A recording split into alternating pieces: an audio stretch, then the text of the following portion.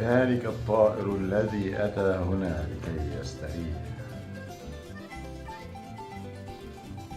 ما أسعدني به، لقد أقنعني بأن هذا المنزل صار فعلا ملجأ لكل محتاج، لكل من يريد أن يرتاح. طائر الجنة، عصفور الجنة قد عشش هنا وغرد لي حرا بإرادته،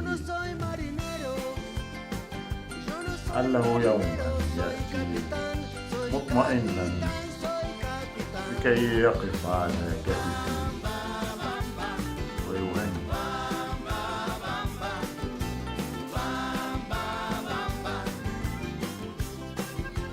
لقد دخل إلى هنا لعله يتجرأ يوما، فمتى يأتي ذلك اليوم؟